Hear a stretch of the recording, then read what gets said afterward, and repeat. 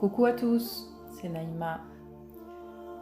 L'unique personne qui vous accompagne toute votre vie, c'est vous-même. Alors, apprenez à prendre soin de vous. Le lien de la pensée. Le corps humain est une machine extraordinaire. Son mystère surprenant est le lien de la pensée qui se trouve dans notre cerveau. Le cerveau est un centre du système nerveux, d'où la réflexion, la mémoire, etc.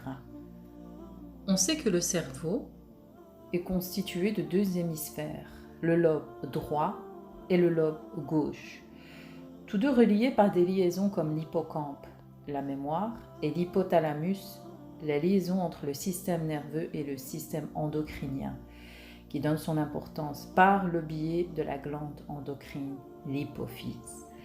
Mais je vais vous parler d'une autre glande, d'une toute autre grande importance, qui est la glande pinéale.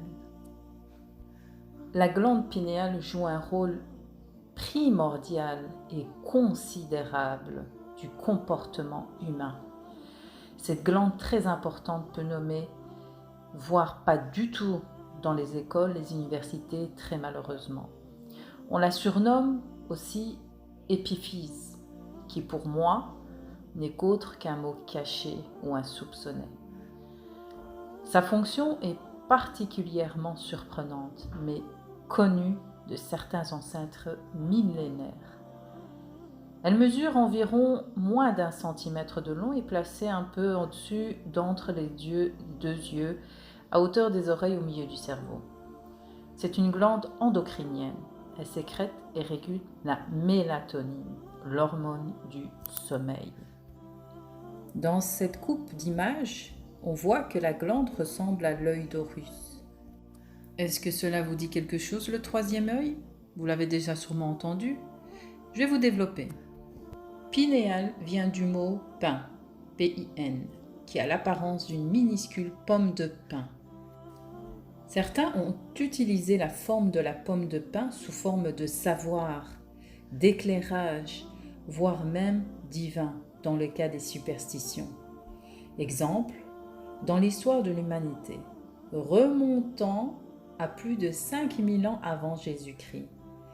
Dans l'Antique, certains dieux, comme prétendent ceux qui croient aux statues tenant dans leurs mains des pommes de pin, comme si ça représentait la frontière entre les dieux et les hommes.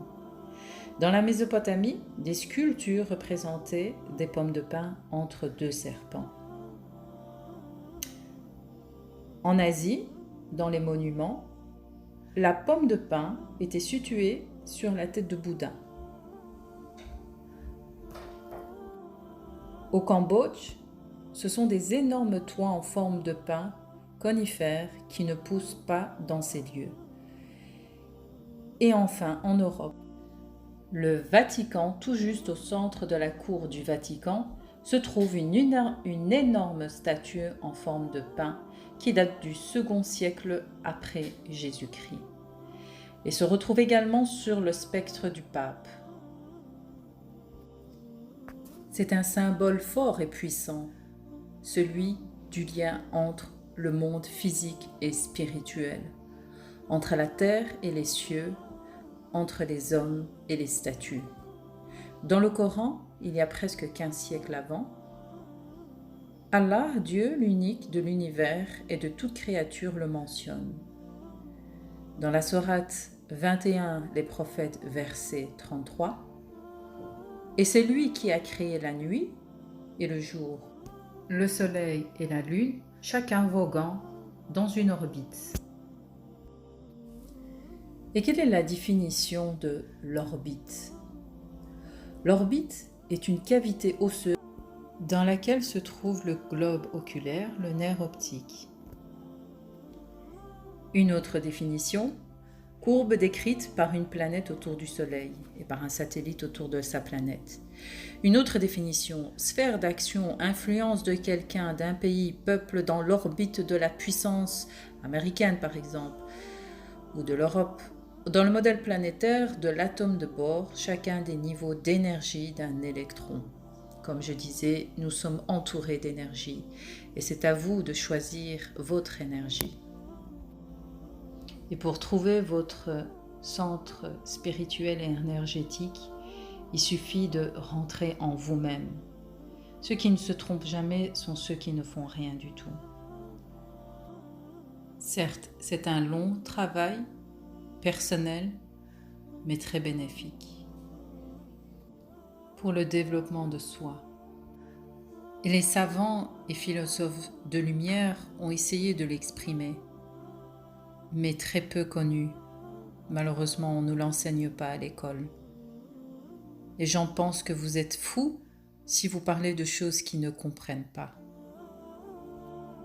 Pour commencer, on peut s'arrêter 5 à 10 minutes par jour à ne rien faire, s'asseoir ou s'allonger et vider son esprit. Nous savons que nous sommes faits d'atomes et de molécules. Alors, se concentrer sur sa respiration qui nous montrera qu'on est bien à l'instant présent. Ce processus peut se répéter tous les jours, comme je disais au début 5-10 minutes, par la suite 20 à 30 minutes, pour arriver à 40-50 minutes. Si vous avez aimé, partagez, likez, abonnez-vous. À très bientôt.